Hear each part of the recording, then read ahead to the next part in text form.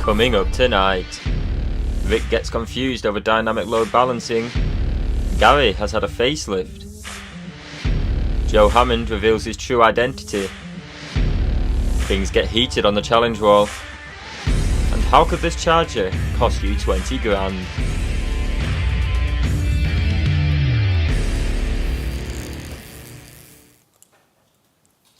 And here we are live, and it's looking slightly different. If you're tuning in expecting to see Gary and Gordon, then I can only say you're disappointed, because they're on holiday, aren't they? Where have they gone?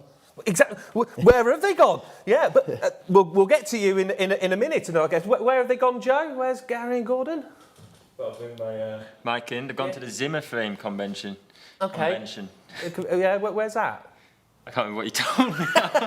Yeah, the only bit we've tuned up. Yeah, apparently, yeah. So apologies. Yeah, Gary and Gordon are not here this week, so you're going to have to deal with me. Well, they said that they want to get a good-looking replacement to come on instead.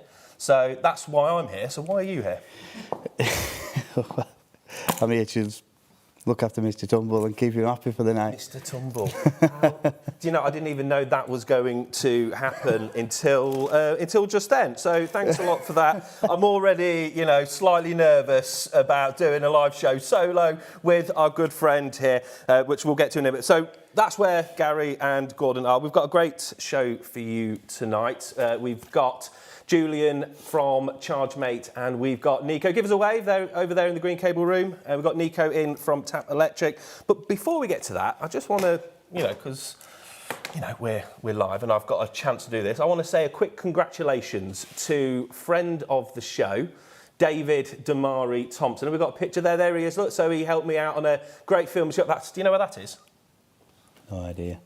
What do you mean, no idea? It's in Yorkshire. It's East Riding, Yorkshire. What bridge is that? Can't see that. It's the Humber Bridge. Oh, the Humber Bridge. Yeah, it's in Hull. Around about Hull. Yeah.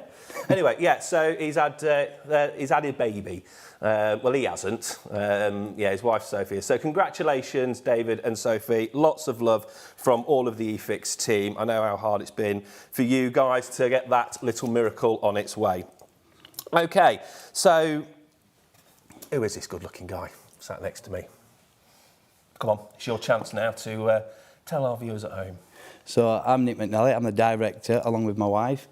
With the directors of McNally EV, specialising in electric vehicle charging and renewable energy. And that's basically where it's at. There's more to you, Nicky McNally, than just a little bit of EV charging. Come on, let's go back. Semi-professional footballer. Was. Yeah? Legs have gone a bit now. Are they? Still try to do a bit. Yeah. Well, can't tell us, because you play a bit of football. You play for Bradford. Well, Bradford Vets. Yeah. Play for Bradford Vets. This is good. Yeah. It keeps me busy. How do you get on against Lincoln? We won't talk about that. No? No, we got done. We got done by the imps, but it was a good day all round. Well, I just want to say thank you, because we needed a resident EV specialist to come along for the show tonight. So really grateful for you, Nicky, to come along. And you just had the opportunity, by the way, to talk a little bit more about your business, and you've bottled it. Do you want to have another go? Well, we specialise in electric vehicle charging throughout the UK. So there's no job too big or too small. When it comes to EV, we're your men. You do a little bit of renewables as well, don't you? We do renewables, yeah. Yeah, brilliant stuff. And you're, like I say, you're quite hot on the whole EV subject, which we're going to be finding out a little bit later. So please get your comments in. You're looking after the comments tonight, aren't you? Yeah, I'm going to have a quick butchers. Yeah, so get your comments in, because we've got a great show coming up. We're looking into a bit of, dynamic load balancing. It's a subject that scares me a little bit, because I don't fully understand it. I understand the idea of load balancing. Do you get it? Yeah, I get it, but I'm looking forward to see what this product's got to offer. Okay. See if we get. Brilliant stuff. So get your comments in, and we've got loads of questions. We've got a great show. So should we get a guest on? Yeah, get him in. Yeah, come on in then. So we've got Julian from Chargepoint, and we've got Nico, who's come all the way over from the Netherlands from Tap Electric. Come on in. Welcome along, gents. Thank you. Brilliant stuff. So We're going to start with Nico. So, Nico, for the benefit of our viewers at home, 60 seconds, tell us a little bit about yourself. Well, I'm a Frisian, which is Dutch. I got a Dutch passport, but I'm Frisian, which is the north in the Netherlands. And I work for Tap Electric. I'm one of the two founders. Dan Pesem is my co-founder. And what we do with Tap Electric, what we find really important is that we bring transparency to EV charging and that we make charging cheaper. That goes by lowering cost, and that goes by giving more insights to EV drivers. So we have an app for EV drivers that tells them everything they need to know when they need to know it, when they charge their car. So it could be at home, it could be your own charger, it could also be a public charger. Mm-hmm. So when you know what you're going to pay, when you know how much power you're going to get from that charger, when you want to know where should I drive to get a decent charge, like use the app whenever you want to. Use a charge card when you feel like I know this charger, I know what I'm paying, but the app is always there to give you all the information. And we found that that's a real help for drivers. Brilliant. I'm going to stop you there because then you may as well go because you'll tell everybody about who you are. The one thing I did get there though, Nico, you said you were Frisian. Yeah. Okay, because here in the UK, that's a cow which gives milk. That is really funny, but it might come from where I was born. Okay, because Frisian cow, they're the black and white ones which, give milk. That's right, isn't it? Frisian cow. I believe so. Yeah. And what does it mean in Dutch? Well, it's just an area in the north of the Netherlands. So you have an area in the Netherlands named after a dairy cow? I think it's the other way around. So are dairy cows named after? Very likely, yeah. Oh. Okay. It's actually... I think we're digressing here a little bit. Okay, Julian from Chargepoint, please tell us a little bit about yourself. 60 seconds. I'm Julian, I'm the founder of Chargemate. We design and manufacture innovative solutions for EV charging installers to use, primarily focused on dynamic load balancing and contactless payment solutions. Brilliant. Well, that's how to do it. You're not giving too much away there, Nico. Yeah, that's how to do it. Brilliant stuff. No, thanks for coming along today. Now, Nico, tell us a little bit about your electrical experience. About my electrical experience? Yeah, because you've taken on our challenge wall today. So I know that our viewers, before they guess their times, they want to put their best bet on. So, what's your electrical experience? Can you give me 60 seconds to tell a funny story about my electrical experience? No, I'm going to give you 10. 10 seconds. I built a drone once. Okay. So that's my electrical experience. I built it from scratch, ordered components from China, made a bug in the software, nearly killed someone with it. And that's, I think, 10 years ago, and the last time I touched. And that was was that in Frisian? That was in Groningen, where I studied. I can't pronounce that. Tell us a little bit about your electrical experience, Julian. Very, very little. I've done a little bit of DIY. Other than that, I'm not an engineer, so the wall petrified me, I have to say. Okay, and Nikki? I have not been on the tools for 2 weeks. For 2 weeks. Well, what do you think? Get your times in. We've already started, look, so we've got 15 seconds to go. So yeah, if you think Julian has done it in 5 days and 43 hours, then get that time in there. Make sure it's got to say Julian and your time. If you think Nikki has done it in several weeks, then it's Nikki and get your time in. And if you think Nico's a bit of a dark horse here, so let's see. So we don't know who's coming up first. We don't know what your times are. So let's roll it and let's see who's going first on the Electricians Challenge. It's been quite competitive in here today. You've been quite competitive, Nikki. I'm looking at some of these coming in. Okay, well go on, give us some of that. Oh, we've gone with you, Nico. You're first on. Now, I will say you have got a really lovely head of hair. Now, I can say that because I have no hair, and I can look at another man's head of hair and think it's lovely. So congratulations for having a lovely head of hair. How did you find it? This was tough. Yeah? Yeah. So you only got one cable up there. You need to talk. So give me a bit of a run through. So you're struggling to get it up there through the conduit. Okay. Yeah. Did you follow Rick's advice? I listened when he told me about it, but I don't think I followed it. Brilliant stuff. So that's interesting. You're making it off there. How did you find the tools as well? I need more time with them. Yeah. Yeah. Yeah, you're not just used to using hand tools like this, are you? Well, it's been a long time, and you need to get used to a good tool, I think. Yeah. But those auto strippers, they're all right, aren't they? Yeah, I tried a bit of both. Okay, so it's over to the side cutters now. Ah, there we are. That's going all right. That might be from your drone training there. So, do you know what the electrical colours are in the Netherlands? Are they the same as ours? I guess they would be. I could swear, well, Earth, of course, is the same. I could swear blue was L1. Okay. And then here's the other way around. Yep. Might just be my mistake. I can definitely tell you that blue is not L1 in the UK. Yeah, no, I got that today. Yeah, I learned that. Yeah, brilliant. That would be hilarious if it was, and there'd be lots of installs out there going bang if people started throwing in blues for L1. But that looks okay. There's quite a lot of copper there showing, but yeah, you're doing all right. I think you're using these. Oh, I've not seen the tools used for. Oh, yeah, they've got cutters in the middle, haven't they? Yeah, they do. Yeah, very handy. Yeah, I didn't even know that. But then you went and got a proper pair of cutters and cut them anyway, which I would say makes it a lot easier. Now, so you're going to fly lead this back box for us, yeah? Is that something you do in the Netherlands? Obviously, I'm assuming from looking at this, you're a seasoned electrician. I could have been. It would have been a fun career, I think. But I'm just, way more at home with the laptop in my hands. With a laptop, and drone components as well. Yeah, that was pretty cool. I miss those days. Yeah? Yeah, that was really fun. Oh, brilliant stuff. Okay, so I don't think actually this looks too shabby. I don't think it's down to a very kind edit. I just want to beat Andrew Collins. Oh, so you've got someone on the leaderboard. Yeah. If I beat him, I have something to talk to. So he's your boots on the ground for Tap Electric, isn't he? He's our man in the UK. Yeah. Absolutely. So we're aiming to beat Andrew Collins. Well, we'll go up and have a look and we'll see where Mr. Collins is and see if you've beaten him. But I think that's a respectful time. There we go. Brilliant stuff. Right, who's up next? Here we go, Julian. So, Julian, how was it for you? Tough. I thought the first one, it's good. But I think I struggled on a couple of points. Yeah, I mean, not being an engineer, I think Nicky had an unfair advantage, to be perfectly honest. So what is your background? So your background is not electrical or engineering, as you're saying? Sourcing's my background, product development, so I'm not a natural engineer, but I do like taking things apart. I just can't always get them back together. Okay.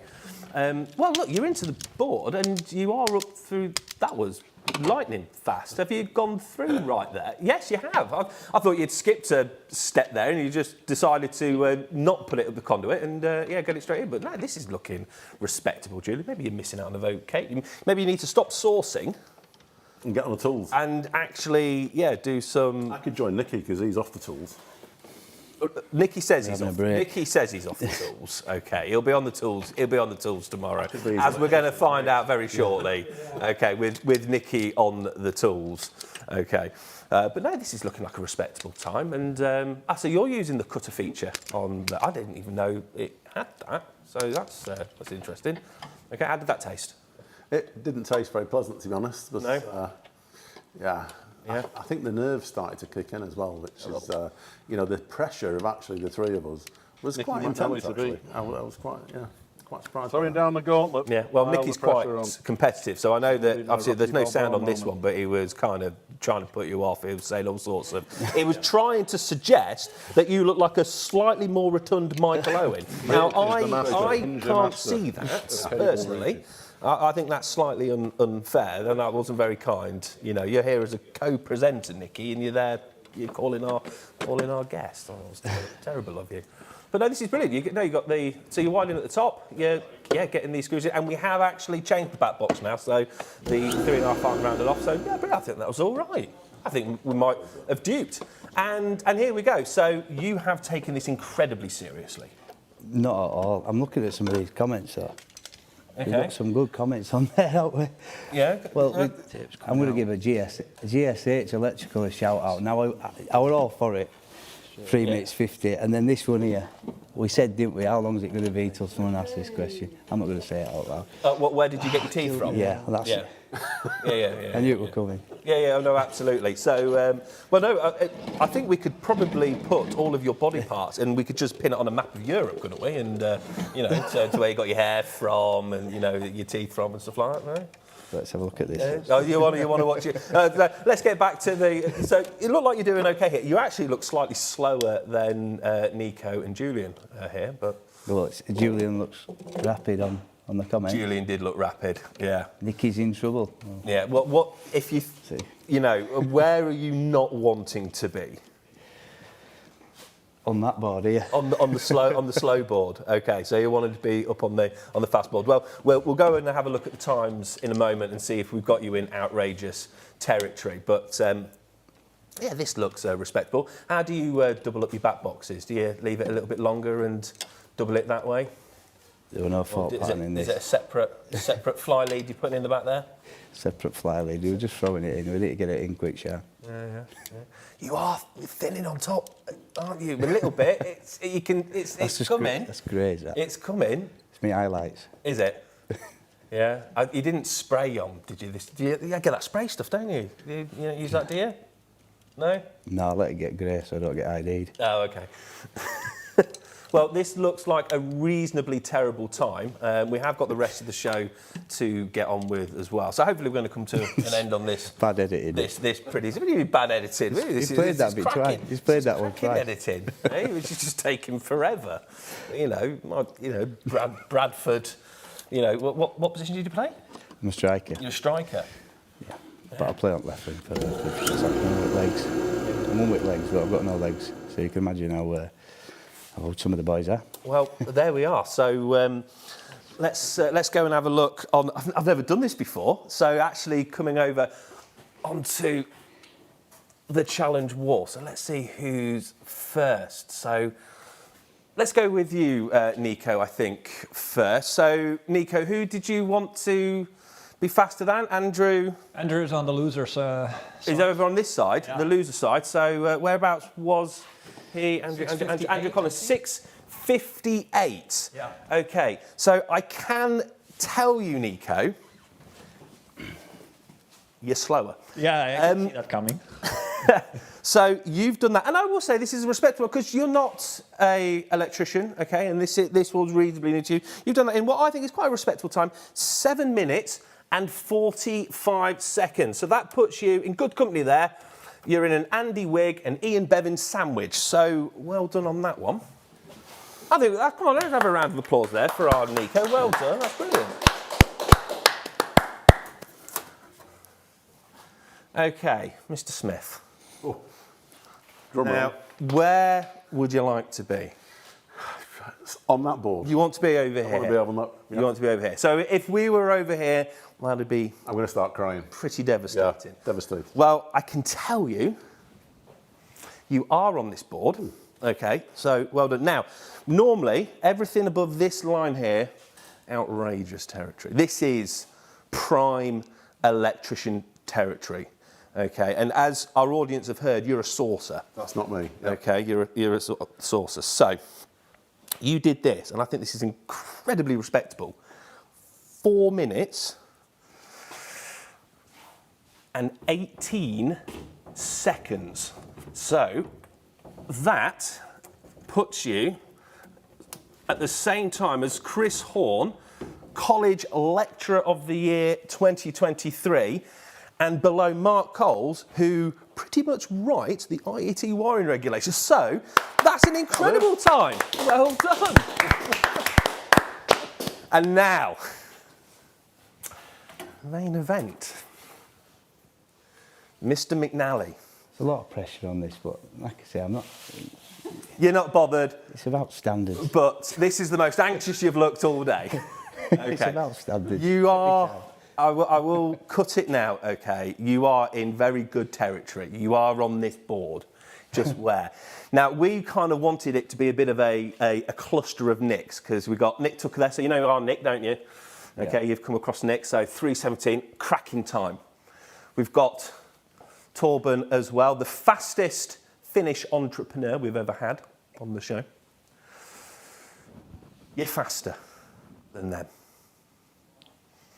Faster than them boys, aren't Absolutely. We're faster than Nick Tucker and Nick Gloucester and Torben up there.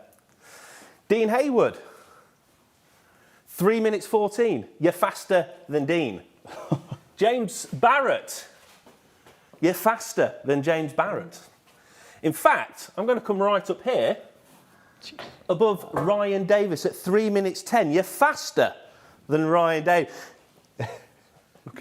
Look at his face there, look. Man can dance. Matt Odell, 3:09.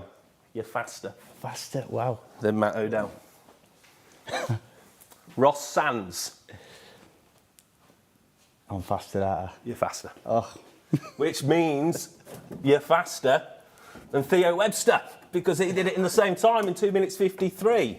oh okay. But are you faster than James Finney? Yeah, go on, James. Faster than James. 2 minutes and 50 seconds. You are second on our leaderboards. I'll get that. I'll get that. 2 minutes and 50 seconds. Well done, you. Oh, come on, let's have a cuddle. There we go. Oh, I've wanted to touch him all day. What a great time. Yeah. But you're devastated, aren't you? Yeah, because I didn't get number 1. Yeah, we are, you see. But I will say, okay, your install would definitely pass on an NIC inspection. Yeah? Yeah. So you know, it wasn't. How did James get on? It wasn't thrown in. So it was a. The install was all right, wasn't it, Rick? Yes, Yeah. He'd obviously taken my advice, there you see, so that's why he's done so well. His first one were a bit ropey, but he didn't listen to me first time. He missed out on it. I think he were outside making phone calls, doing business stuff, but yeah, after I'd explained to him about straightening the conductors, yeah, we're all right. There we go. Well done. You'll get lots. So, whoever's got the closest time there, it's now time to ring Jenny on the burner phone. I don't think we're giving away the cosmic lights anymore. I think they've all gone. But yes, for whoever's got the closest time, give our Jen a ring. And yes, you can win a prize. Have we got the winner up yet, or have we worked that out yet? Okay, right, let's get into the show. So we're talking dynamic load balancing to start off with, and where we're going to be using it within industry. So first and foremost, because I am an idiot, what is it? Julian. Dynamic load balancing is the way to effectively share available power across a group of EV chargers, or also known as a cluster. In the past, you typically statically load balance by taking a voltage reference, a usage reference, and then applying the difference, what's left.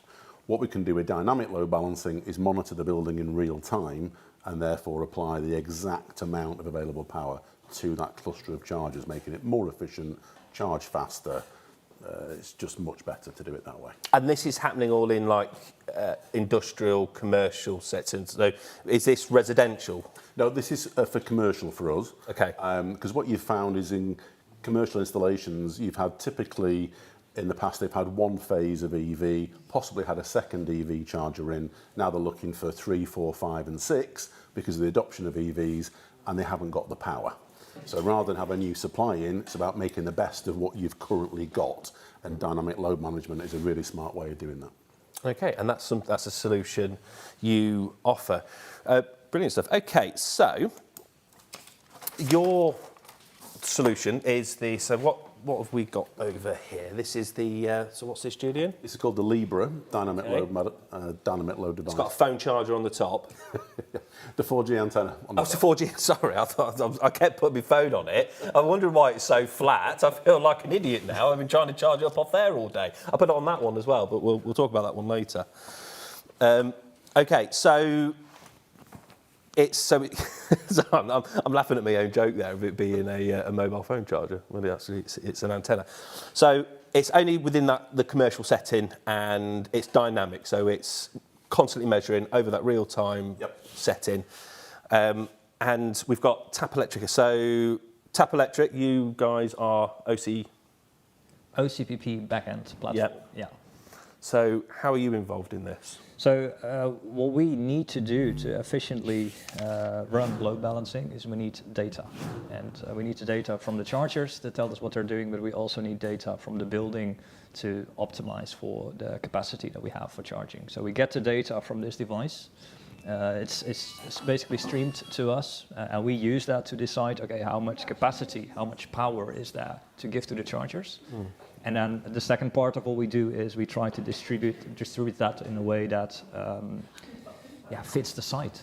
Sometimes that's distributing it equally between the chargers. Sometimes that's prioritizing different drivers, maybe different chargers, maybe DC over AC. That can all be configured. But the gist is that, yeah, we need to get that data from the building, and that's where the device comes in for us. Okay, so it's just sending data to tap. That sounds easy. It does sound easy, and there are lots of solutions for hard wiring and everything else.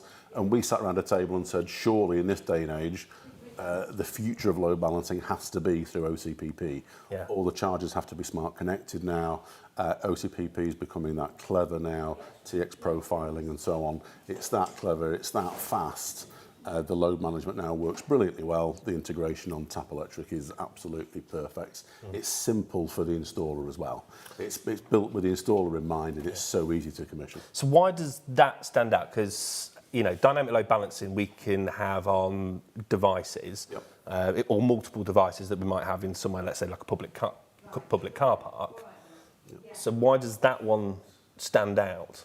What's good about this device is we set out to build something that wasn't brand specific, because a lot of the other devices on the market are. This is hardware agnostic, so long as the charger is OCPP 1.6J or higher, you can connect it and you can load manage it. And also we are platform agnostic, so Tap Electric is one of our partners. We've done a fabulous integration, the team there with Nico, and it works brilliantly well. But it takes away a lot of the barriers for load management, and that there's no limit on the number of chargers in theory that you can load manage. So will this balance across different brands of chargers as well as AC and DC? Yes. So we've got a really good installation we're going to show you some pictures for in a minute. It's got a mixture of DC, a mixture of AC. There's 3 different brands of charger on that site, all being load managed through this platform. We've got another client who uses a brand of DC, a brand of AC charger. Both of them have their own fantastic branded load management solutions, but they don't work together. So they have to use this solution because it's agnostic that can then load manage both of those sets of chargers together. Okay. So those issues around what you called, was it closed group or something like that? So Closed user group, yeah. Right, okay, so that's where it is more kind of brand specific. Yes. It's just sitting. So what you're saying is actually, we can go to a car park which might have multiple chargers on it of different brands and different frequencies, so AC and DC, and we can manage the lot. Yes.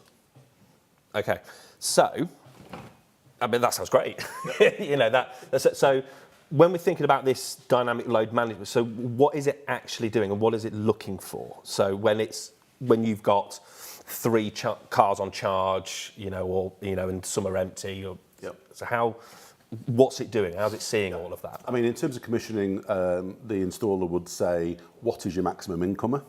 And then they'd also set, in the case of Tap Electric, a fallback level. So if the box was to go offline, what's the safety level for it to fall back to? The system then, the algorithm is reading what the cluster is using in real time, working out the difference, what's freely available. But then it's smarter than that, it's machine learning, it's actually looking at it and saying, it's allocating power based on what the car's actually taking. So it might give a charger, as an example, 32 amps to use, but after a short period, it's working out actually that's an 11 kilowatt car.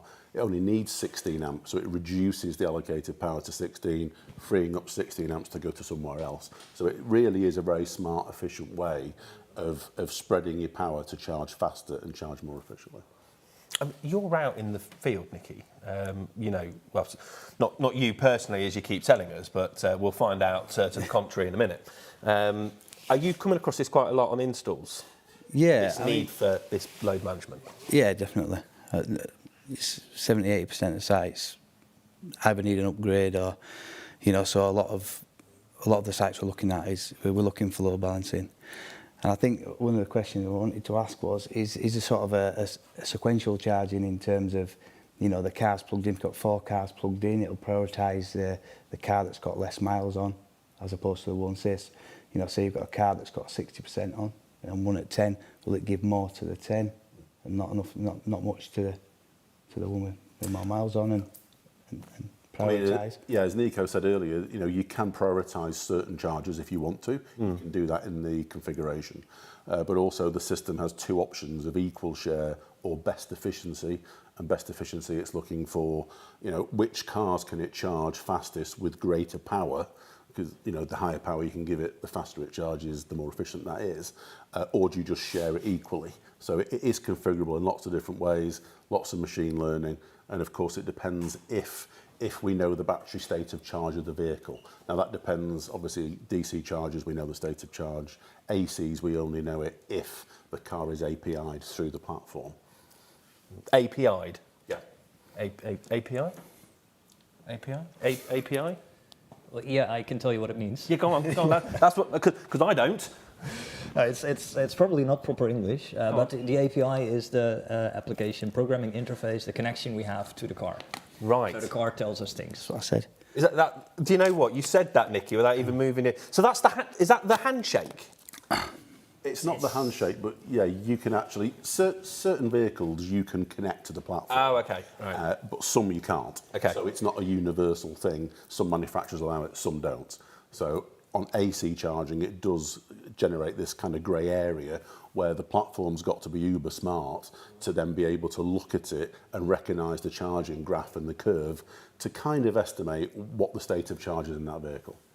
And is this a requirement, Julian? So if we're thinking about a car park, and obviously we're thinking about, the load and the demand that there's going to be for cars charging there, is this a requirement? Is there legislative requirement or regulatory requirement for having some form of load management?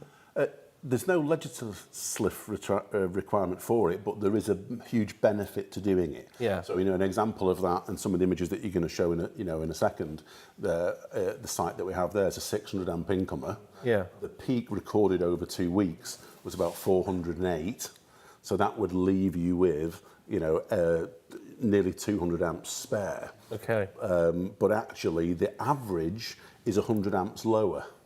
Yeah. So if you go with the static load management and say this group of chargers can only share 192 amps, you're actually wasting 100 amps most of the time.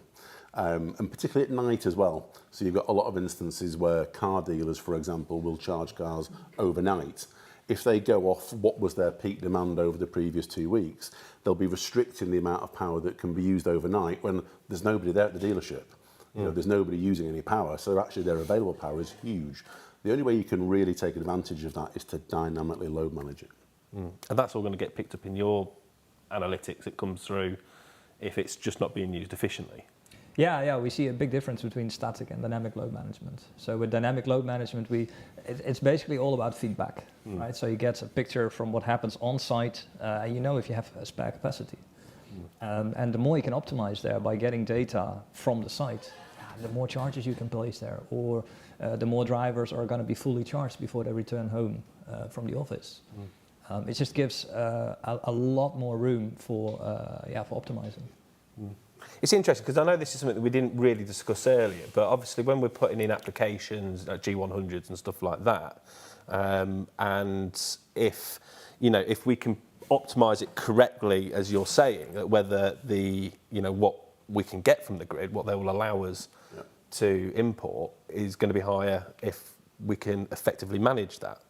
Is that the case, or? You can just make better use of what you've already got. You may not have to make an application. You may not have to put a new supply in. It's about using better what you've got in real time, and that's the essence of it. And the fact that it's just so easy to use and configure from an installer's point of view. That's who it's been designed for. Yeah. It's as plug and play as you can get. So, and again, forgive me because I'm the idiot here.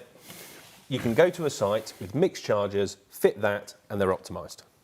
Correct. So long as those chargers are OCPP 1.6J or 1.6 and connected to an integrated platform such as Tap Electric. And that's straightforward as long as the OC, because that's what all chargers are coming out at now, isn't it? Yeah. Yeah. Are you doing this? Seems like a no-brainer. It really does. It really does. Okay, so we have got some pictures of installs. So is this your handiwork, Julian? It is handiwork, yeah. So that is a what's called the AC wall at one of the Volkswagen Audi Group fleet distribution centres. So there's a string of AC chargers down that wall. We have some other locations there that have a mixture of DCs and different brands of DC, all being managed by the same load management device through Tap Electric. Okay. So you've gone in there, you've fitted your what's the acronym for it? Dynamic DLB. DLB. You fitted your DLB. Oh, we all love a TLA here, Julian. That's a three-letter acronym, Nicky. I'm not good with acronyms. You're not good We've with been them? through this. No? Okay. Do you know I used to be a coordinator of content knowledge? Anyway, so that's your device set up there. That's in situ, yeah. So you can see there's a 600 amp income supply to this building. It's currently using 337, 336, 304. So there's plenty of capacity left. And what the device is doing, it's ensuring that that incoming supply can never exceed 600. Okay. And that's if we had any other loads as well. So not just charging loads, we could be running an air compressor, because it looked like a garage, and maybe an air compressor which is running. But if you've got, so let's say, you know, you're charging, you've got that going, it's optimising, generator fires up, that might be on a phase. But you're drawing current on all the other different phases. Is that not going to knock that out of kilter, just knock the phases out of balance? No, because what it does then, that is telling the chargers then, that's sending them a TX profile to say, reduce the amount of ampage that you're using. And it does that in real time. So it'll balance the load. And when I say balance the load, balance that three-phase load, so you don't have that imbalance. It doesn't balance the load on each phase, Yeah. but it reduces the charges to make sure that none of the three phases can actually exceed the maximum. Okay. That's clever. I'm just having a look at some of these comments here, and it says, it has to get to a stage where the driver can plug in, say it needed at least 20% charge by 6 AM tomorrow, and the network works it all out. So if this was in place, and they've got 6 or 7 cars plugged in at flats, can they put a targeted rate that they need for tomorrow, and then throughout the night it'll... Not through this device. So what this device is designed to do is to then work in harness with the platform to efficiently use every amp that is spare and available to charge any vehicle that's plugged in as fast and efficiently as possible. So it doesn't allow you to time shift, but it allows you to use everything that is available. So in apartments, overnight when everybody's asleep, there's a lot of excess power, so everything can charge faster. And in workplaces, particularly with car dealerships, they're not there in the evening and they've got cars on charge. They're going to come in the morning, those cars are going to go out for delivery. They have to have a minimum state of charge to be sent out. So the charge has got to be reliable and they've got to charge them all on time. I suppose that functions on the car anyway. But obviously, and I don't think a lot of people would sort of say I need 20% tomorrow. I think everybody's sort of 100%, please, as quick as you can. So, Is that what you do with EV? Because, I mean, I don't have an EV. I thought that's what you do, just plug it in and go to like your mobile phone. Is that what happens, Nicky? Is that what you do? yeah, but you can do if you want to, I mean, you were trying to get 4 miles out of us on your car today because you're obviously from free. 3 miles is 3 miles. I've never met anyone so Yorkshire in all my life. Look how short his arms are. 3 miles is 3 miles. There we go. That's all I can say. There we go. And I've probably now just upset the whole of Yorkshire. So send emails to gordon@efixx.co.uk with any complaints you might have. Right, okay. So if we could get those images back up. So that was at what was the dealership on this one? Yeah, so this was a big Volkswagen Audi distribution centre. Yeah. Where they had lots of issues. They were coming in the following day. Chargers had tripped out, vehicles hadn't charged, and they were suffering failed collection penalties for vehicles that then couldn't be collected and taken and be delivered. So we'll stop it there. So the unit is that little thing wedged between those two cutouts. Yeah. So that's it. So that's where it was positioned. Behind that is the plant room. That's where the incoming supply is. And then you can see you've got 2 different brands of DC charger on the wall in that location, so which is an important point because it's actually a 600 amp incomer, but there's 3 zones to the EV scheme in this building. Okay. And through the very clever integration with Tap Electric, it's not just managing the incoming supply and making sure that's not exceeded, it's also managing the 3 separate zones and making sure that those 3 clusters of chargers also stay within a predefined limit. Okay, and that's all in that little box that was sandwiched between 2 cutouts there. Yeah, it's a very clever little box. It's smart comm. We can have a look inside it, can't we? We can have a look inside it, yeah. We have the hand cam up, Joe, and so let's have. So what have we got going on in here? So that's That's an MID meter. Okay, MID.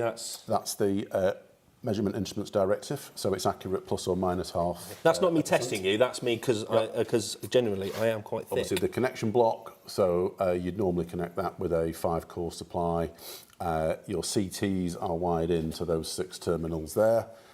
We have a premium PSU power supply unit from Delta Electronics, 4G antenna, which is combined 4G and Wi-Fi there. You have the screen obviously on the front, which is touch sensitive. We have Ethernet, we have 4G module, Wi-Fi, and then there's the processor board, which is similar to what you'd find in an Android phone. So all of that is where the smart stuff happens. But what's really clever about it is that there's no apps required. You don't have to create any SSIDs. All of the configuration is done on the touch screen. Okay, so, and I know there'll be countless electricians out there, Julian, who'll be saying, it all looks great, it sounds brilliant, but when it comes down to commissioning something like this, it tends to be a bit of a nightmare. And you've heard it off plenty, I'm sure, you know, it's the easiest thing in the world to commission, and then a day and a half later, you know, it might be set up. So what's our commissioning looking like for this? So getting it set up for a site, certainly a complex one like that. Okay, a complex site like that, it's pre-commissioned. So when you order it, you tell us which platform you want it on. So it comes out literally, you mount it on the wall, you connect your CTs, and then that really is it. You shouldn't have anything else to do. Your next step then is to go into the Tap Electric platform, enter the serial number for the box, create your cluster of chargers, and then tell it what your maximum income is and your fallback amount in amps. And that's it. It really is as simple as that. And obviously put it on all the other, on every charger, get onto Tap Electric the same as that one. So yeah, so the chargers on the site have to be connected to a platform that has the integration. So the box is agnostic. Any platform can integrate it if they want to, but obviously I would say that the Tap Electric integration is absolutely top drawer. Wow, there we are. That's hybrid. How did you guys actually meet? Like, you know, and how did Tap and Chargemate actually come together? Well, I think it was you, Julian. You ran into my co-founder Dan at an event in England. I did at Alexandra Palace. Yep. Okay. Oh, because that's what I've got written down here. Thanks for that, Nico. Was a romantic canal side meeting in Amsterdam. That's what I had. I remember the meeting. Yeah. Just our office. Are you sure you remember the meeting? Because I've got clearly down here, not like we discussed it earlier, a romantic canal side meeting. Your words, not mine. Oh, okay. Okay. But the truth is, we have a very nice office at the canals in Amsterdam. And that's where I think we had some good food. We had some good food, we had a follow-up meeting, and we had a prototype device. And it was at that meeting that we made an agreement to move forward and for Tap to integrate it. Yeah. And then since then, we then obtained obviously CE certification through DEKLEIN, so the box is certified as it is.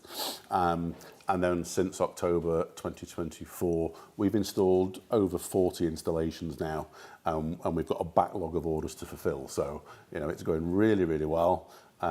Just a real demand for this, Julian. Yeah, there's a real demand for it now, yeah. Wow. And I think, because you just go onto any site.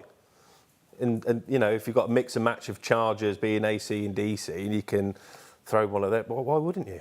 stick with them at wall in 2.50 Yeah, 2.5. Okay, so you heard it here first. Nicky McNally installing the Libra Dynamic Load Management System in under 2 minutes and 50 seconds. Let's see, because you're off the tools now, aren't you? I'm off the tools. You're off the tools. Shall we see if that's the case? I think we've actually got a bit of a video, Nicky, of how off the tools you actually are. I've not clued up Joe or Rick for this. I'm gonna get some hammer now for not wearing gloves on this video. Okay. I think you might just get some hammer for, you know, was the install gash? They're your fingers, aren't they? Yeah. I mean, that was a good install, wasn't it? Yeah, really nice, easy install. Yeah. Cool. Oh yeah, that's definitely your back. Yeah. Oh, where are you? Oh, you've. Yeah, I'd have put gloves on. It tends to be cold and wet up here up north. It actually damaged my hands the day before when I went on the tools. Oh, okay. So when you're sat in the office, that happens all the time. They were already pre-cut. Yeah. So When you're sat at the desk. Yeah. Yeah. You got all those cuts and gashes on them. Yeah. Was that the stapler that come at you? Yeah. Yeah. Hole punch. All punch. Printer cartridge. Yeah. We're also told that we're giving out top tips on this too. Oh, top tip. Top tip. Yeah, what's the top tip on this one? Hey, you gave Gaz a top tip on this one. Yeah, well, We'll watch it after this, Joe. Hey, yeah, I think we will. Yeah. Yeah, go straight into it. Oh, look at that lovely little cheeky wink. Eh? Your teeth weren't as white then. all I can say is it does say it in the manufacturer's instructions. So someone's not been reading the manufacturer's instructions. Oh, okay. But it's a top tip. It's a top tip. We'll find out what that top It was tip. great on site to get a top tip, and I got one today from McNally EV. So we've got the Zaptec Go charger here. When we pull down this to reveal these lovely lever connectors, you always wonder what to do with this. Well, it's actually designed just to sit in here on that shelf, so you don't lose it. Never too old to learn a new trick, but an old trick is always ask the customer for a cup of tea. Julian, didn't he look like Tony Robinson then? He did. That is an absolute doppelganger. for Tony Robinson. There's just a look there when he looked up. I did a dig. I did some ducting, and I got thinking of Time Team, and I found a pair of side cutters, which were Gary's. They were about 600mm down from back. They looked Victorian from when he was probably in his prime. You know, his Zimmer frame conference anyway. Brilliant stuff. So. Are you playing that asset now, Joe, or we're going to... Which one? I know, I can't remember what you just said, or... Yeah, we'll do a quick announcement. So, we've got a camera on me and Vic now. So the GT time, obviously people in the chat have seen that Gary won it. So what are we going to do, you might ask? So Gary is going to be waiting at the Rover stand on the 5th of June, and the first person who comes up to Gary and tells him the time that Nick got, which I'll give you another hint, it was 2 minutes 50, wins a big bundle off Gary. So get to Rover stand, 5th of June, and we'll see who wins that. Yeah. Are you going to CEF Live I am now. in Birmingham? It's always after a freebie. Hey, yeah, so you're going down Thursday, Friday, you're going to come see us. So we're there on the Rover stand on the 5th, and Marshall Flex as well. We've got on the 6th as well. So yeah, you're going to come and join us? Yeah, I think I will. I think I'll take a trip down. It's a bit of eye candy for all those lovely people to come and have a look at. That's it. It's ever so bashful, isn't he? Yeah, are you going? Are you going to fly this one? So it's in Birmingham. No, I think I might skip. Oh, okay. Okay, it's a good show. It's good. Julian, are you going to be there? Probably, yeah. Yeah. Brilliant stuff. Are you exhibiting at all, or No, just we're going not, down? we're not exhibiting, but we'll go down. Yeah. Oh, brilliant stuff. Well, it'll be great. It'll be great to see you all down there. So where are we in the show? Have we got any more comments coming in, Nikki? At all? No, I don't think we've got any No. worth reading out. So I think the one thing I will ask, because it's normally the common question that we get as regards with putting any equipment like this in, is going to be cost. Yep. And and have we got subscriptions involved with this or anything like that? So, if I need to upgrade a site for dynamic load management, is this going to set me back thousands upon thousands of pounds? No, it's not. Okay. The tray price for the base model with 150 amp CTs is 549. We don't charge any recurring fees for the box. It's a one-off price for the box that includes a 3-year technical support. If you want to renew it after year 3, you can do. It's optional. You connect it to the platform, and platforms have different fees for its connection in the same way as you would for a charger. In the case of Tap Electric, that's £2 per month per socket for load management, which I have to say is an absolute steal. It seems like it is. Reasonable. Yeah, it does seem. Yeah. It's actually per charger, so it's even better. It's not per socket, but it's £2 per charger. Wow. Wow, that's... Yeah, now you've put it like that, Nico. Yeah, no, that sounds absolutely brilliant. I mean, like, you know, you are right. We need to be thinking about how we can effectively manage, you know, load, and certainly I say in commercial, industrial, and this just seems like an absolute no-brainer. Because it's just almost fit and forget. Yep. It's fit and forget, and no matter which way you want to connect it, whether that's 4G, Ethernet or Wi-Fi, you know, we've made it very simple for the installer as well, and we've also included failover. So if it's connected by Ethernet, you can also set the device automatically to fail over to 4G in the event that it loses the Ethernet network connection. So there's lots of fail-safes in there that ensure that if the box goes offline, we try and keep it online, but if it does, there's fail-safes built into the system for the whole EV charging scheme to fall back to what's set as a safe level. Brilliant. Well, I think it's excellent. Well, You, Nicky, are you in? We'll give it a whirl. We'll find out. Brilliant stuff. Have a look. Right, well, we're going to move on to part 2 of the show in a minute. But before we do that, I do want to talk about this, because we got this device behind it. You may have noticed, Nicky, although the light's not coming, I'll put my hand here and hope and pray that the light will come on at some point. But we've got a random EV charger behind us. Have you seen it? It's a beautiful looking thing. Yeah? So this is the Ratio IO8 that's been sent in. So me and Rick, we fitted that this morning. It was really easy to install. In fact, actually, I'll show you. So if I come in on hand cam, we've got hand cam. There we go. So we got this EV block. So this is the, what's this one, Rick? This is the 600. 600. So this is the 600. There's only a cross-sectional area, so it does go a little bit deeper than that. But yeah, so this is our new one with this new type of GRP lid, and it's got a little hatch in the middle. In fact, we've done a bit of a clunk click short on that one, if we can get that one up.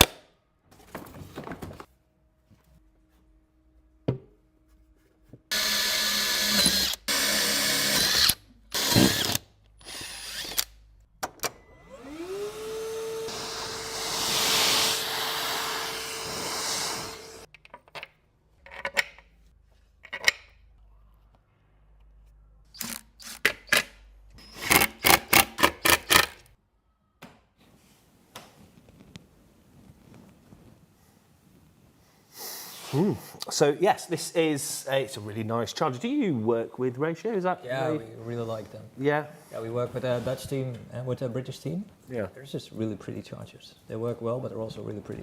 And I always appreciate that. Yeah. There's something about a Dutchman saying something's pretty that just makes me want to buy it more. I don't know what it is. You said beautiful earlier, and I just got lost in your. Did you say beautiful in Dutch? Prachtig. Oh, I thought you meant it would say Joe or something. I thought that's what was beautiful in Dutch there, but well, obviously I'm wrong. It's wishful thinking. Prachtig. Prachtig. Prachtig. No, that sounds German. Okay, yeah, we'll move on. It's not a Dutch lesson, and no one's interested in that. So before, again, we move on to the second part, which actually is a stonker of a part. You may have seen we've got the Robust competition. You can win a trip over to Ireland. Closing date is on the 4th at midnight, and we're announcing the winners at CEF Live on the, I think that's the 5th, isn't it, when we're on the stand. So we've got a quick short up on this one. Attention, citizens. A most unfortunate announcement. We regret to inform you that you may be the unlucky winner of a most dismal experiencer, a trip to that grey and gloomy corner of the world, Dublin, Ireland. Upon arrival, you will be whisked away to Robus headquarters, where you'll be subjected to hospitality. Expect relentless friendliness, insightful discussions, and possibly even tea with biscuits. But the horror does not end there. No, you'll then be escorted to the infamous Guinness storehouse, where, despite your better judgment, you may find yourself enjoying a perfectly poured pint while learning the scandalously fascinating history of the black stuff. And just when you thought things couldn't get worse, there will be bars. Lots of bars. With live music, dancing, laughter, people talking to strangers. Truly ghastly. So enter if you must, but be warned, if you win, you may experience fun. Dublin. It's not as terrible as it sounds. That looks like it's a horrible time, doesn't it? Links are in the description, so be sure to head over there and enter. You've got a really straightforward question to answer. And do we know who's going over with Gary yet? Has he decided? Or is that something that we've got to have like a battle royale to get on the plane with Gaz? There's a battle looming, so we'll see about that. We'll see. Well, as long as it's in a paddling pool, yeah, I'm game for a battle in one of them. Brilliant stuff. I don't know where I was going with that one there. So no, we really like installing that one. Yeah, and that EV block's absolutely brilliant. Okay, so we'll come on to part two. Now, this particular topic blew me away because we were having a good conversation over the phone about payment terminals, and I thought to myself, payment terminal sounds incredibly dull. And then you blew me away with one very shocking bit of knowledge, which was, I'm going down the legislation route here. Yep. So the public Chargepoint regulations that came into force in November 2024, any charge point that's open to the public, 8 kilowatts or higher, must have contactless payment. Anything that's 50 kilowatts or higher, you have to go back and retrofit older installations. But it's not been, I think it's fair to say, particularly well enforced. And I think authorities are now making noises to say that they're now about to start enforcing it with a bit more vigour. So I think we're all under notice in the EV market that if you're installing public charging that's 8 kilowatts or higher, you really have to be thinking about solutions now for offering contactless payment. And this is chargers in public spaces where anyone can, from the public, go and charge, and a method of payment. So that's not like a put your card in, chip and pin, or the QR code, which we'll go into in a bit. That is a contactless payment. So that's through Apple Pay, GPay, contactless, tap with your card. Correct, yeah. And that's every AC charger? Every charger, whether AC or DC, Above 8 kilowatts or higher. Okay. And how many chargers have you installed? I was just thinking that, in terms of like retrofitting, how easy would that be, you know, to put one of these? If we have to go back to a car park that's got 8, 9 chargers in, how easy is it going to be for me to go and stick one of these in? I think the trickier thing, Nicky, is to how more difficult is it to go and put a contactless payment reader terminal on every single charger? Because is that what we're saying here? So each charger, so if I've got a public car park and I've got 6 chargers in there, none of them have, all of them I can pay for by scanning a QR code or doing it through an app or whatever, but each one of those need a contactless you have to payment offer a method of contactless payment. Now, something in your wording there, a method of... Yeah. Right, correct. okay, go on. In addition to an app or a QR code or anything else, okay, you have to offer contactless payment on top of that. Now, you can do that through putting a contactless terminal on each charger, finding somewhere to mount it, finding some way to power it. That can be quite tricky. So the simplest way, certainly to retrofit, is to use what we now call a payment kiosk, like this one behind me. It just happens to be a payment kiosk there, here. Julian, with an inductive phone charger on the top of it. There it is. So this one has a Pater Apollo device in it, which is one of the popular readers. And the reason for having it in a pedestal kiosk like this is the cost of the device itself around about the £500 mark. So if you've got a AC charger at, say, 11 kilowatts, the cost of the contactless terminal is almost the same as the charger. And then if you had, say, 10 chargers in a public car park, you then need one payment terminal for each charger. You then have 10 recurring monthly fees for the terminal. Of course, because that has a subscription fee, doesn't it? So the actual bit you dob your phone onto, the contactless bit. Yep. So that has a monthly fee. So if you have 10 of them, you've then got 10 monthly fees. So the beauty about a device like this kind of pedestal is you can install this at the time of your EV scheme, or you can go back and retrofit it easy. Pick up on your point, Nicky. You know, one feed to it, you can site it close enough. You know, the regulation only says it has to be within a reasonable distance. And then you can configure this. Tap Electric have got a really simple configuration where you can pick a cluster of chargers, add a payment terminal, select pay to add the serial number in, and then pair it. It's very easy to do. And then the customer comes along, they plug the car in, they make a mental note of the charger number, they come to the device, they choose the tile that is the corresponding one for that charger, tap the card, and that's the charging session. But you've done that with only one terminal. So you don't need an individual terminal for every single charger. No. But what happens if on the flip side, say we've got 20 chargers in the car park, 2 exits to the car park, and we want to capture the customer at each exit? Do these work in conjunction? So if I went to number 1, I could still pay for 1 to 20 charger, and then at the other pay machine, I can still pay for the same, depending on which way I exit. Yeah, I mean, you can. I mean, the payment terminal manufacturers would suggest that you keep the number of chargers per payment terminal between 6 and 8, because that makes it easy to visualise it on the screen. I mean, you can scroll, so in theory you could have an infinite number of chargers on a payment terminal. It's just a bit more difficult for the driver to then find it. You know, they've got a bit more effort, and I think what we're trying to do with public charging is to make it as simple and easy to follow as possible. But yes, I mean, you can have one at each end. Both doing the same job. Both doing the same job, yeah. And this is legislative. So this started in November 2024, and it gave us a year. Yeah, you had a year to retrofit anything that was 50 kilowatts or higher DC, and then from that point forward, anything 8 kilowatts or higher, it's mandated to have for you to offer a form of contactless payment. So if I'm thinking of the 150 kilowatts, because you like 150 kilowatt charger, don't you? It's the only charger you use. Only charger you use. Just such a charger snob. Okay. Well, I charge it up. If I'm going anywhere, it's 100. Yeah, but are you sure? Because you'd have to pay for that if you charge at home. Do you not like go around like your neighbours or something like that, and just like, you know, or somebody who's got like a local charger that you Well, can, no, like... I know where you boys are at. I will be finding Mr. McNally charging his car at eFIXX. Nico, you're more than welcome to charge any vehicle, you know, if you happen to be over here. That's great. Yeah. I don't have a car. Oh, of course, you know, you'll have a push bike, won't you? A what? A push bike. A bicycle? I do have a bike, yeah. Oh, it's a push bike. Is that not what you would call it? Bike? Yeah, push bike. That's, you know, that's not like me saying like cob or anything like that for a bread roll. A push bike. You're not calling push bikes. I just call them bikes.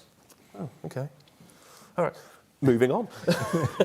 There we go. I've learned a lot today. I've learned that you come from a place where dairy cows are from, and yeah, that you don't know it's called a push bike. There we are. Can we just say Nick doesn't have an 150 kilowatt charger at home? I'd love to have an 150 kilowatt charger at home. However, I don't. If I go anywhere, out You comes probably that can't map. afford it because of what you spend on your teeth. Exactly that. Eh? You've got a bit more to spend on your hair now as well. So you know. You're coming with me. We've discussed this, didn't We did discuss this, and you said you'd pay for it. And didn't you say that a lucky winner could come on McNally's, charge and get their teeth treated for free as well? Was that, or have I made that up? That's about as truthful as me needing an hair transplant. Oh, okay. There we go. There we are. So, so get your competition entries into McNally, Nicky.McNally at mcnally.co.uk. That's right, isn't it?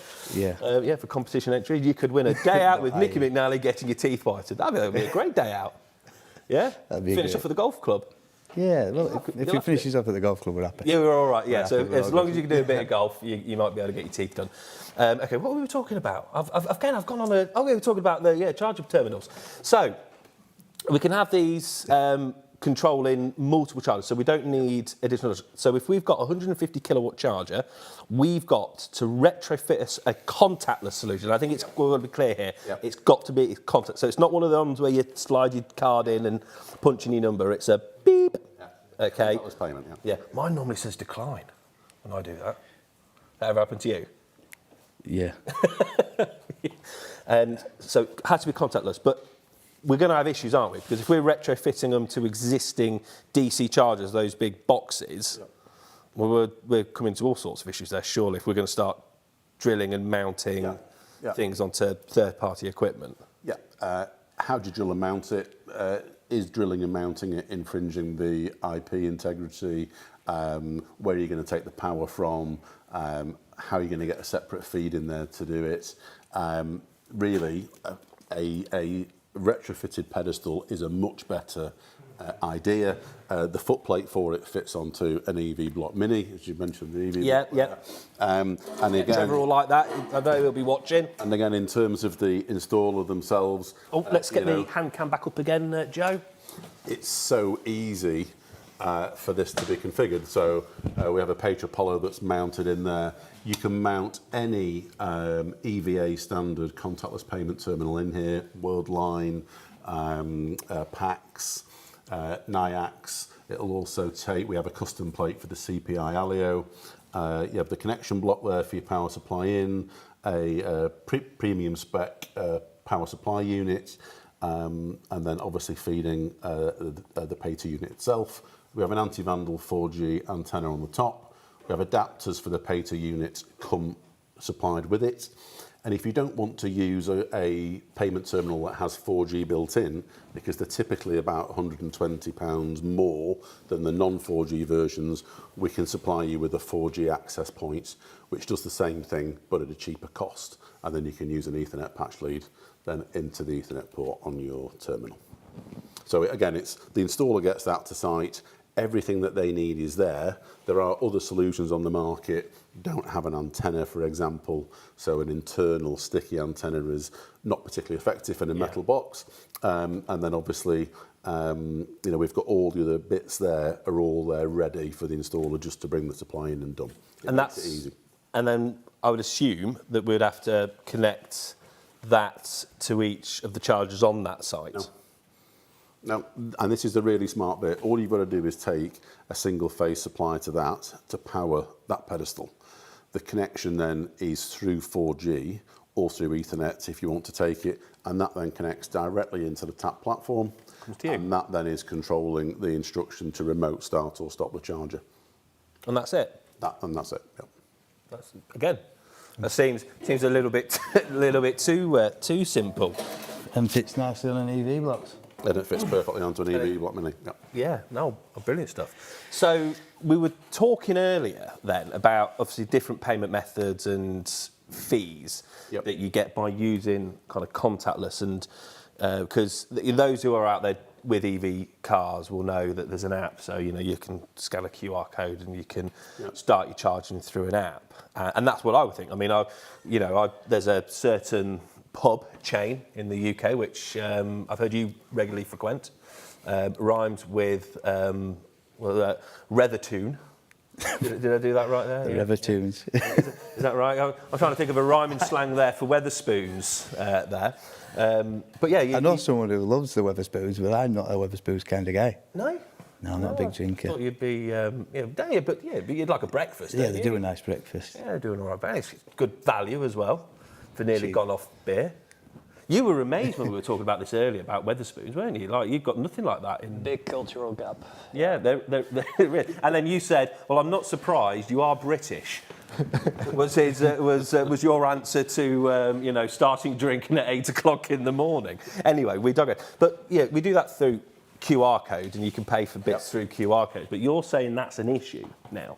Well, we see problems there. We speak to people sometimes, not a lot, thankfully, but we speak to people who've been scanning a QR code, filling in the credit card details, thinking they'll get a charge, but yeah, all they get is scammed. They're out of money because that QR code on that charger was put there by some fraudster. And you see in the public domain, there's just so many QR codes, and people get so used to using them. And unfortunately also used to just scanning them and thinking it will be all right, you'll get your can of Coke or charge. And that's a problem. And like if you think about how to solve that, it's not so easy. Like there's many chargers that have a display on it and so you can put the QR code on that display. And obviously it's going to be very hard to put a sticker over that and to still look reliable and to still get people to scan that code. But there's so many devices, chargers and different kinds of devices that don't have a screen. And that may look like if you scan that QR code and fill in your credit card, you might get what you want. And I think what we need to do against that, and the same thing goes for SMS fraud, you get a text message asking for credit card details to pay off some taxes maybe. What we need to tell people is do not fill in your credit card on a website that you did not look up yourself. If you know the website, you go there. Sure, you can fill in your credit card details because it will be protected. But if you opened a QR code or a link in an SMS, like it might look legit, it might have the logo of your bank or of your favorite charger brand, but that's easy to copy, it's easy to fake. And so we think it's really important when we talk about QR codes that they're extremely handy for identification. So if I have a parking lot with 100 chargers and I'm standing there with my app or perhaps even with a contactless pedestal and I need to know which charger is this, it'd be great if you could use your favorite charging app to scan that QR code to realize, okay, this is charger XYZ. And the thing about that is it may also tell you, and TAP surely will, the price of that charger.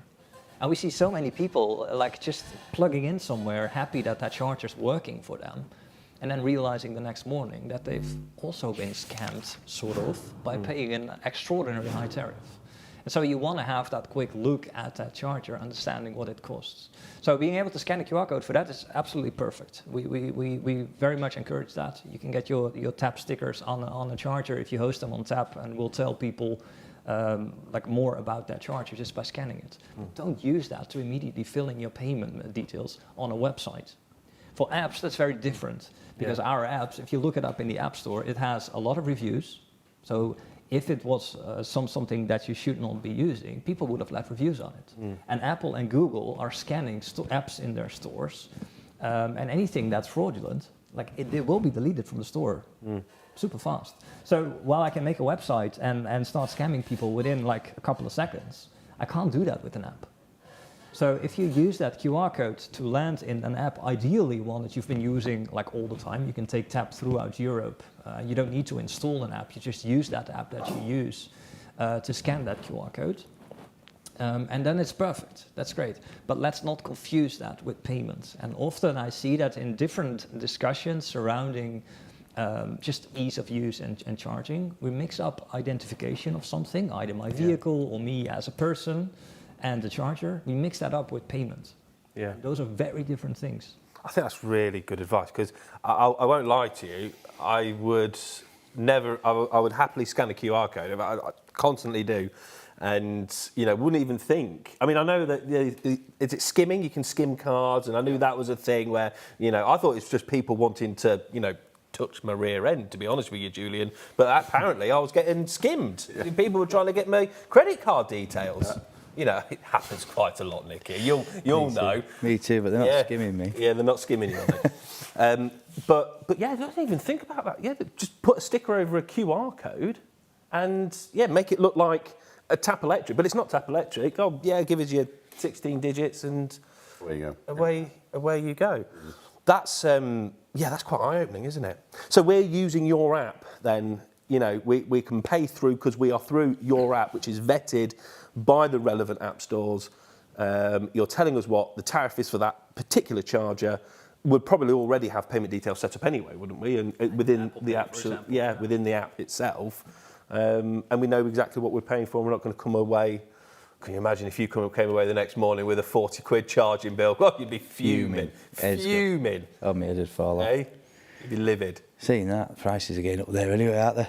Are they getting crazy? How much is it to charge your car now, roughly? What did you say? I was at one yesterday, 2 days ago, and I think it was about 41 pence a kilowatt. Okay. So we won't go there anymore. No. 41 pence a kilowatt. Oh, I'm not going there anymore. And then connection fee and all, but no, I'll just. No, that's pretty dear. So we've got 6 months basically to retrofit these solutions.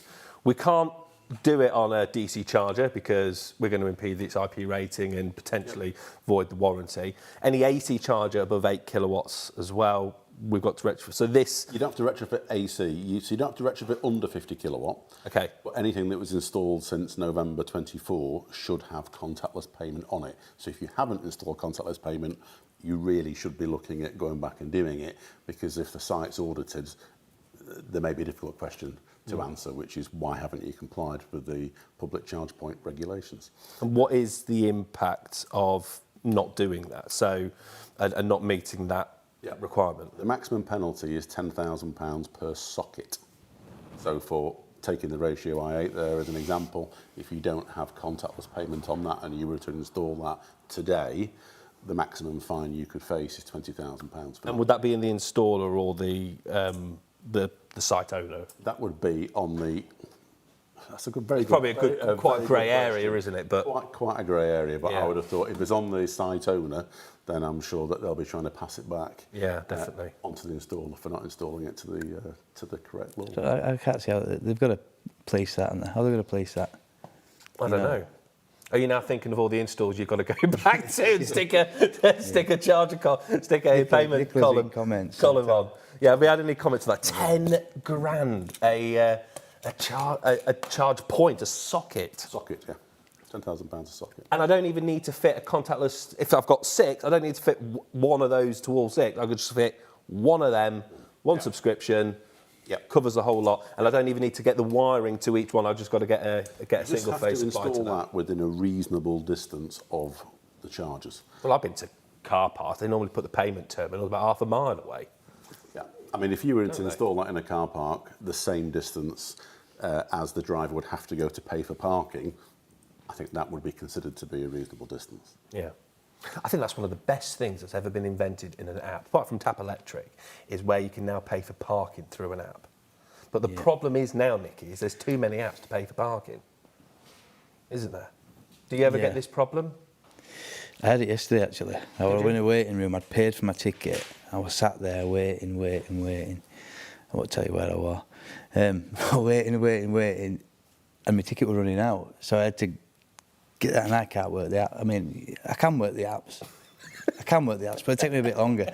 So I took a picture of it, signed, sent it to Nicola and said, can you just put some time on So you've on sent the it to your wife Yeah, to do your parking?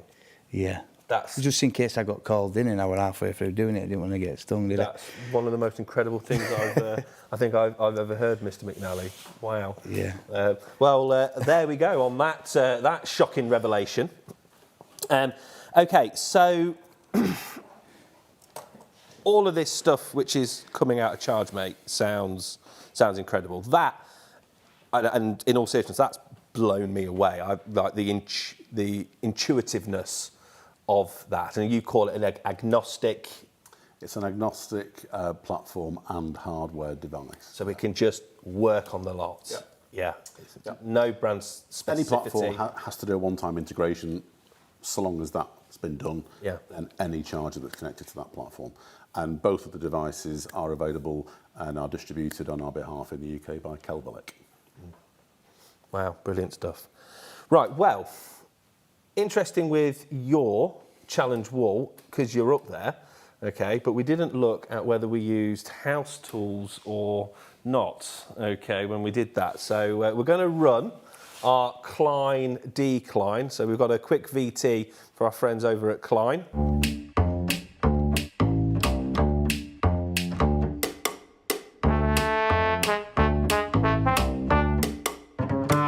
Okay, so it's that time where we're going to find out if our guests, and there are 3 who've done the challenge wall today, have climbed or declined. So first we're going to go to Mark Wright. Now then, Mark, thanks for coming on. You must have a busy schedule. Very busy. Yeah. Only the only way is Essex. Are we getting any more on that at all? No, we can't have any of that. Why not? We can't have any of that. I'm better looking than Mark Wright. Hey? I'm better looking than Mark Wright. I thought you were Mark Wright. No? Oh, okay. I've done it a few times. I like that one. Actually. Okay. We've got Nicky McNally here. God, he does look like Mark Wright. Just stare at the camera for a second. Okay. Okay. Did you climb or decline? I have climbed. You climbed, yeah. How did you find them? Smooth, good, yeah, fast. Yeah. Fast. Yeah. And now you're off the tools, aren't you? Yeah. For a few weeks. For a few weeks, yeah. And he'll be back onto them tomorrow. Next, we've got Julian from ChargeMate. So, Julian, did you climb or decline? I climbed. And how did you find them? I found them brilliant. Yeah? Now, obviously, you're a seasoned tooler, I guess, you know, and you're using tools like that all the time? No, not at all. Okay, yeah, we'll probably find that out when we on the challenge wall. Over here, we've got Nico. Now, Nico, I haven't learned properly how to pronounce your surname. So I don't even try. No? Okay, so it begins with an S. Spoelstra. Spoelstra. Spoelstra. Yeah. That's good enough. Was that all right? Yeah, that's all right. Excellent stuff. There we are. Nico, did you climb or decline? I climbed, You climbed? obviously. And how did you find them? Well, I'm more familiar with the laptop, but for me, it did the job, yeah. You did the job, yeah? I can't blame the tools this time. Brilliant stuff. Well, there we go, from our climb and decline.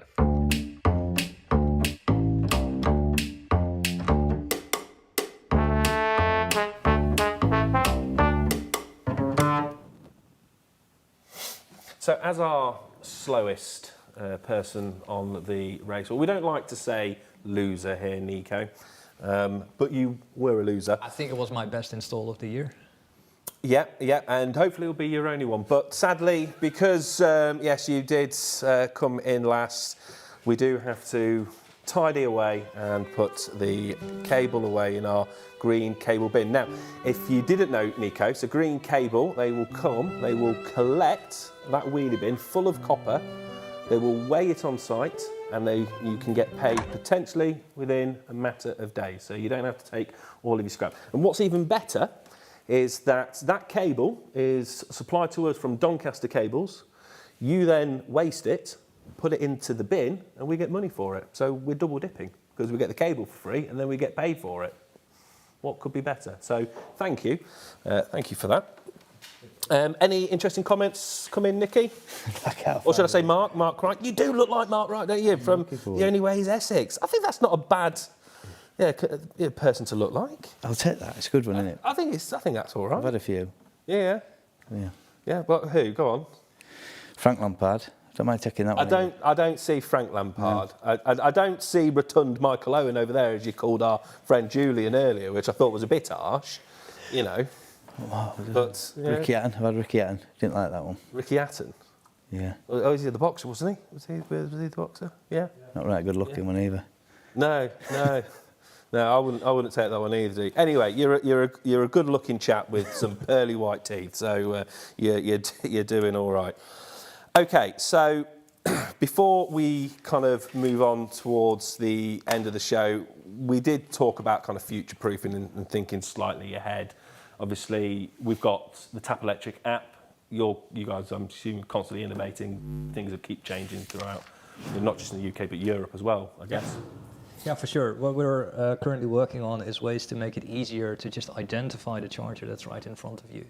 So, QR codes that aren't scannable by every other app, we make that happen. We use AI to recognize the charger. So you just flip open your phone, you recognize the charger, you get the tariff information instantly, you start charging instantly, you get information about the grid instantly. Like everything we can do to make charging simpler for drivers, cheaper where we can, to make that ready for the future where we have to do a lot more with the grid. We're going to make it more complicated, unfortunately, because we want to put more chargers on the grid. Yeah. And I'm impressed with you and just your entrepreneurship and the dedication that you've put into the app as well. I was lucky enough, so I did one of the first videos I actually did for eFIXX, where I got to embrace a little bit of a Tap Electric, if we can play that. I didn't look like that at the time. Thanks a lot for that. If you didn't know who that was, well, it was Mr. Tumble. But there we are. Yeah, my kids loved Mr. Tumble, but I can't do the math. I know that. I think that's fun in Macathon. Yeah. You'd be a good Mr. Tumble. Do you reckon? Yeah. Okay. 100%. Well, thanks for that. Can you just play the VT, please? That's another EV charger installed. So now it's time to give all the commission documentation to the customer. So why don't you start telling your customers that they could turn this into this without costing your customer a single penny?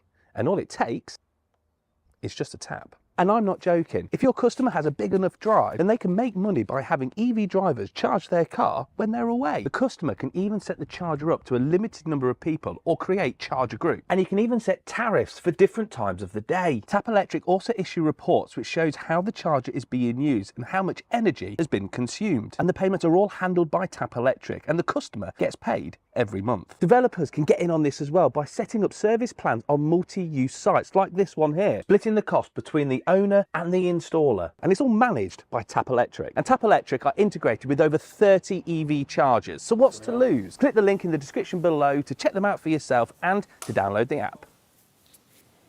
And we'll put the link in the description to go and have a look at that because I really liked it. Now we do have some pictures, don't we, coming up, Nico? So what have we got here? What's this? So this is the Tap Electric platform where you manage your chargers. So you own a charger, it doesn't matter if you own one or hundreds or thousands. You manage them through Tap Electric as you would use them with the Tap Electric app. And here we're setting up dynamic load balancing with the Libra device. And this is really all we need. So we fill in the limit that we want to see on the meter. So the meter should not go beyond 300 amps in this case. We set a fallback in case we might temporarily lose the connection with the device. And we set the way we want to distribute the electricity. So do we want to go for efficiency and optimized prioritization of the vehicles, or do we want to go for equal share? We want to charge as many as possible at the same time. Brilliant. And we've got a second one as well. Wow, that looks, it looks like one of my Excel spreadsheets. I love a bit of colour. So what's going on here? This is art, isn't it? This is where we, you see throughout the afternoon, the chargers in one of the subgroups here are being stacked upon on top of each other until we basically run out of capacity or run out of cars to charge. So these are all charging periods, are they? So, yeah. These are all chargers. So where we are, what's that, 1544, and we're all the way up to the top. So, and that's just, what, we've got 2, 4, how many chargers are on there? Like 6 chargers, is it? So yeah, that's just limiting each of the power down depending on the charger. Yeah. So we'll recognize that some cars just won't go as fast anymore, maybe because they're almost full. Okay. We'll still try to charge them, but just we won't dedicate a lot of energy to that. And so you'll see the bigger lines for the cars that still consume a lot. And there again, we take into account how many phases they're charging on and how many amps can they take at a given point in time. And we really optimize that throughout the entire afternoon here. Yeah. And if any of our viewers at home was looking at that and they saw the number 49, then you should go and get your eyes tested at a colourblind shop. What they're called, opticians. That's opticians. It. Yeah, not opticians. Yeah, they do colourblind testing. Yeah, no, it was lovely. Brilliant stuff. No, well, thank you, Nico. I don't think it's been too much of a car crash tonight, Mr. McNally. What? No, I've enjoyed it. You've enjoyed it? Yeah. You must have. Come on, you must be... Taking that home, yeah. Yeah? Even Mrs. McNally, who's in the chats, well, she's been mugging you off anyway, hasn't she, with your pearly white teeth? Yeah, I'm getting a grilling on there. Yeah. Absolute grilling. I'm stopped looking at it actually because I was concentrating on that more than the reason why I'm here. I'll never be the next Gary Lineker if I can't do 2 things at once. Huh? You will never be Gary Lineker, okay, personal hero of mine. Anyway, I want to thank Julian Smith from Chargepoint. Thank you so much for coming in and sharing your wares today. I absolutely love that device. It just seems far too simple. And why is there not more out there? And the cost of it as well. Yeah. I thought it'd be a lot more money. And we've worked with you before, and you just seem to be getting bigger and bigger and better and better. So, no, thank you so much for coming in. Who's coming up on the next live stream, Nikki? Remember, if you're not talking, no one else can hear us. Yeah. Who's coming up on the next live stream? On the next live stream, yeah. On the next live stream. Yeah. It's not in there because I don't know either. But it's going to be a cracker, and I think normal service is going to be resumed. So, thank you so much for joining us tonight. Thanks to Jen, Joe, and Rick in the background. I think we've finished. We've played everything. Joe, you happy? Brilliant stuff. Happy. Roll end credits.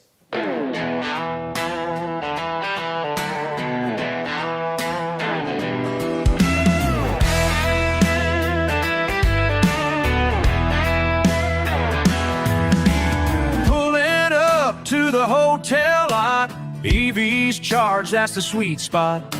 The stacking chargers row by row. Without a plan, that's a no-go.